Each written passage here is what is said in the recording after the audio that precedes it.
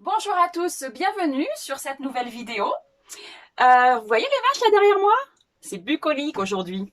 Rien à voir. Aujourd'hui, c'est un petit reportage que j'ai fait. Je vous emmène avec moi visiter un chouette lieu avec une super chouette équipe, un lieu de partage autour du bricolage.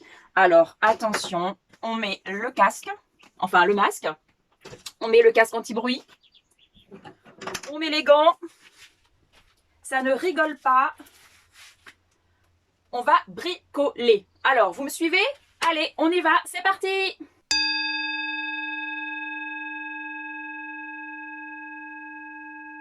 Hey, bonjour à tous! Je vous propose de visiter ensemble l'établi. Alors, l'établi, ça se situe là-bas au fond du parking. Et vous voyez, nous sommes sur le parking de la ressourcerie des Biscottes, pour ceux qui connaissent ce lieu à Angers. Allez, on y va!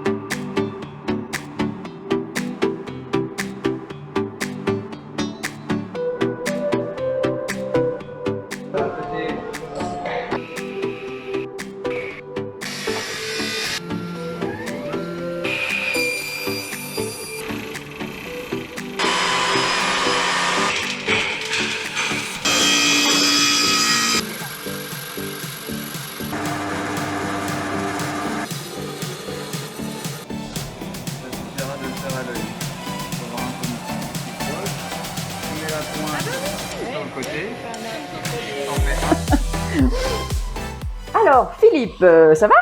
Bonjour, ça va très bien, je te remercie. Donc, Philippe, qui es-tu, toi, pour l'établi? Je suis coordinateur de l'association L'Établi depuis 2 ans et demi à peu près. 2 ans et demi, d'accord. Et en 2 mots, est-ce que tu peux expliquer un peu à tout le monde c'est quoi ce lieu, l'établi? L'Établi, c'est un espace de mutualisation, mutualisation des objets en fait, qui sont mis à disposition par des adhérents pour d'autres adhérents qui peuvent soit les louer pour les utiliser chez eux, soit qui peuvent les utiliser dans cet espace de 200 mètres carrés où on peut faire un peu de bruit comme vous l'entendez et puis de la poussière également. Oui, c'est pratique quand on ne veut pas faire ça chez soi. Suivant les voisins, ça peut être bien de venir ici. Ouais. C'est ça. C'est beaucoup de partage, d'entraide, C'est l'idée d'origine, oui, de l'association, s'entraider pour pouvoir bricoler et avancer sur les projets et puis surtout oser démarrer nos projets, oser essayer. Ouais. Bon, Amandine. Oui, alors donc, il y a une adhésion à payer pour une année, c'est ça? Oui, c'est une adhésion d'une année de jour à jour. Ouais. Et ensuite, selon la prestation dont on a besoin, on paye un petit quelque chose à chaque fois, enfin, selon... Oui, alors il y a des choses qui ont des tarifs fixes, comme la location d'un objet, ça dépend de quel objet et de la durée. L'ordre d'idée, c'est entre 1 et 10 euros par jour suivant l'objet. Ça va. L'utilisation de l'espace, on expérimente là depuis le début de l'année un prix libre. Hors consommable, donc vous donnez ce que vous voulez une fois que vous avez fini la demi-journée sur place. Et après, il y a les ateliers d'initiation, ils ont un tarif en fonction de l'atelier. D'accord. Et vous avez donc, qui anime ces ateliers par exemple, ou qui aide sur les machines? Alors l'idée, c'est qu'il y a un maximum d'adhérents bénévoles qui puissent proposer des ateliers d'initiation. Et quand vous venez bricoler ici, en fait, c'est les gens qui sont autour, donc soit d'autres bricoleurs comme vous, soit les salariés, soit des gens qui viennent louer également. Voilà, toutes les personnes qui sont là, l'idée c'est que ce soit une association, que ce soit vivant et que chacun soit ressource pour un autre et vice-versa. Ouais, c'est ça. Oui, c'est vraiment du partage, de l'échange de savoir, l'échange c'est top. Est-ce que tout le monde peut venir adhérer à l'établi? Oui, il n'y a pas de condition pour devenir adhérent. Il y a un tarif utilisateur qu'on appelle, qui est à 20 € d'adhésion par an, et un tarif solidaire qui est à 10 € pour D'accord. les étudiants, les demandeurs d'emploi, les gens qui ont des faibles ressources. Ouais, 10 € pour un an, c'est vraiment pas cher, quoi. Donc en fait, les gens peuvent venir à l'accueil, vous dire, ben voilà, moi j'ai telle idée, tel projet, est-ce que c'est possible? Tout En à gros, fait. c'est ça, et vous recevez les gens C'est et... beaucoup ça, en fait, voilà, d'essayer de rendre les projets possibles. Ouais, c'est super. Et un grand débutant qui n'a jamais touché une machine peut venir quand même. Nous, c'est l'objectif, en fait, c'est d'attirer ces gens-là qui n'osent pas. Qui n'osent pas. Et Et il y en a voilà. plein. Et l'idée, c'est de leur permettre de pouvoir démarrer et de se rendre compte que c'est accessible, qu'ils vont y arriver, qu'ils peuvent s'ouvrir des perspectives qu'ils n'auraient pas imaginées. En fait, oui, c'est ce que je disais tout à l'heure, c'est de permettre de franchir le premier pas, d'oser dans des conditions un peu plus sécures que tout seul chez soi, à investir carrément. dans un outil sans savoir s'il resservira. Voilà, là, l'idée, c'est de pouvoir essayer, de pouvoir se rendre compte, avoir les sensations, et en fonction de ça, on va plus loin ou on se redirige vers autre chose. Voilà.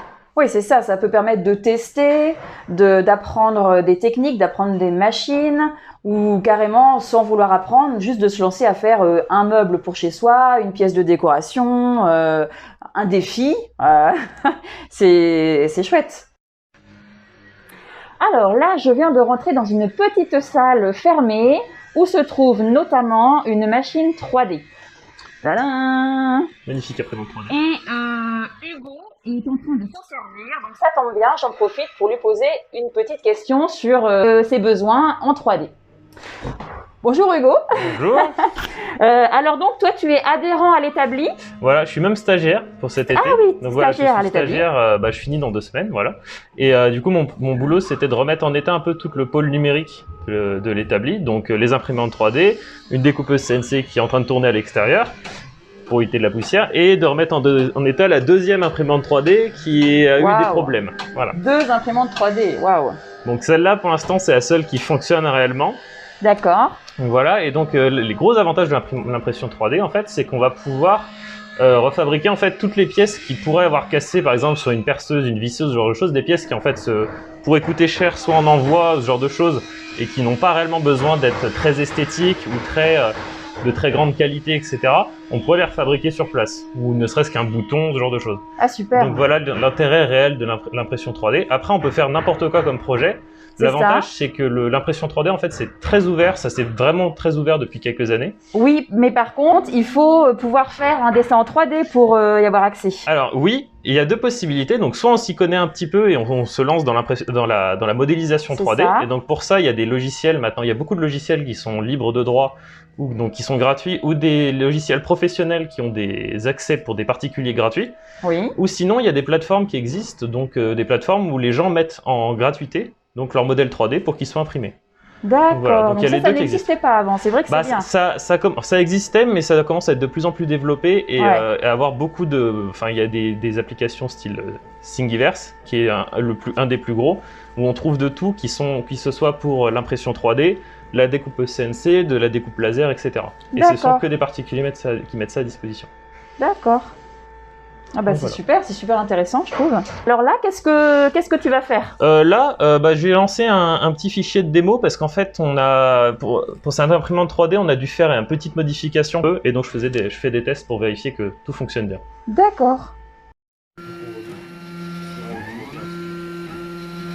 Plusieurs plans,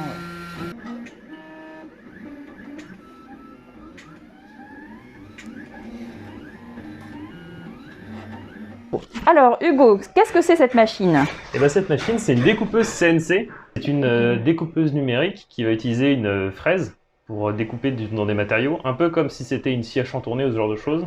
Mais la différence, c'est qu'on le programme à l'avance et il fait le travail à notre place. Voilà. Oui, c'est pour ça que je vois qu'il y a un ordinateur devant. Exactement, donc c'est l'ordinateur qu'on va devoir programmer à l'avance, donc on va devoir faire un fichier, donc lui qui sera en 2D, à la différence d'impression 3D où il sera en 3D. Oui. Donc là on va le faire en 2D. Plus facile donc. Plus facile pour la création. Ouais. Sauf qu'en fait après il va falloir créer des paramètres pour pouvoir utiliser avec la fraiseuse, et là ça va rentrer dans des choses un peu plus compliquées, donc c'est pour ça que c'est moins répandu, parce qu'il faut s'y connaître un petit peu plus pour l'utiliser. D'accord. Voilà. Coucou Amandine. Alors, on peut faire de la couture aussi ici. On peut complètement faire de la couture, vraiment 6 missions. C'est Ouais. de l'initiation et du coup, c'est des personnes qui proposent, des bénévoles qui proposent de partager leur savoir-faire au travers d'ateliers notamment. Ok. Et après, on peut venir aussi en faire parce qu'on a des machines à coudre qui sont à dispo, des personnes qui souhaitent et qui ont des projets de couture et qui ont besoin de la machine concrètement pour avancer.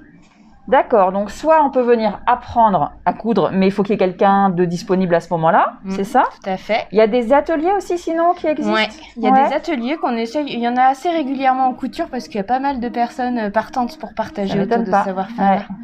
Ouais. Et puis, sinon, on peut venir tout simplement coudre n'importe quoi, hein, un projet personnel qu'on a à faire. Vous avez combien de machines à peu près ici? On en a, c'est une bonne question Marine, nous en avons 5-6. 5-6 Ouais, c'est alors. pas mal. Ouais, Mhm. 5-6. Après, c'est plutôt des anciens modèles mais qui font très bien Donc, ça fonctionne. leur hein. travail du coup. Donc, on a vu qu'il y avait une surjeteuse aussi. Donc, c'est vrai qu'au niveau couture, on peut venir On est plutôt bien faire son équipé. projet. On a quelques tissus aussi récupérés, mais après l'idée D'accord. c'est quand les gens ont des projets à eux, ils emmènent plutôt Oui, leur leur tissu. Mais en matériel. tout cas, Ah pour ouais. les ateliers, on a même matière en tissu, D'accord. coton, un petit peu. Il y a aussi le travail du cuir. Le cuir, c'est intéressant. Ouais. Alors en plus, travail du cuir plutôt manuel. Enfin, c'est vraiment là pour le D'accord. coup avec couture manuelle et puis C'est des top, ça. outils à main. On peut venir, par exemple, se faire un sac à main.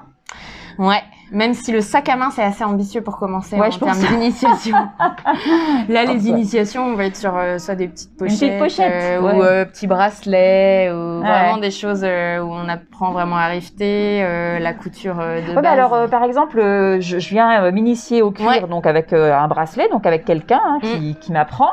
Si je me sens à l'aise après, je peux très bien revenir utiliser les Carrément. machines pour me faire mon sac à main, par exemple. Carrément. c'est Et pas c'est mal, l'idée hein. aussi pour la couture et pour d'autres, c'est de dire bah du coup il y a l'initiation, mais après faut pas hésiter à revenir en fait pour pratiquer, pour C'est ça. approfondir, Ouais. que ce soit pour le tour à bois, la soudure, la couture, enfin en fait pour tous les ateliers, c'est ce qu'on propose aux personnes pour approfondir. On propose pas de stage ou d'atelier d'approfondissement, mais plus de dire bah par contre C'est ça. venez pratiquer, venez réaliser vos projets sur place. Ouais, sur le terrain, quoi. Après, Ouais. c'est comme ça qu'on apprend. hein. Bah ouais. Ouais. Alors après, la difficulté, ça peut être que bah du coup, t'as pas forcément un projet là comme ça Oui. qui te vienne en tête pour approfondir Ouais. la chose. D'accord. Eh bien, merci, Amandine. Eh ben, je t'en prie, Marine, c'est un plaisir. Me voilà dans l'atelier de soudure et je m'apprête à visionner une soudure avec mon masque.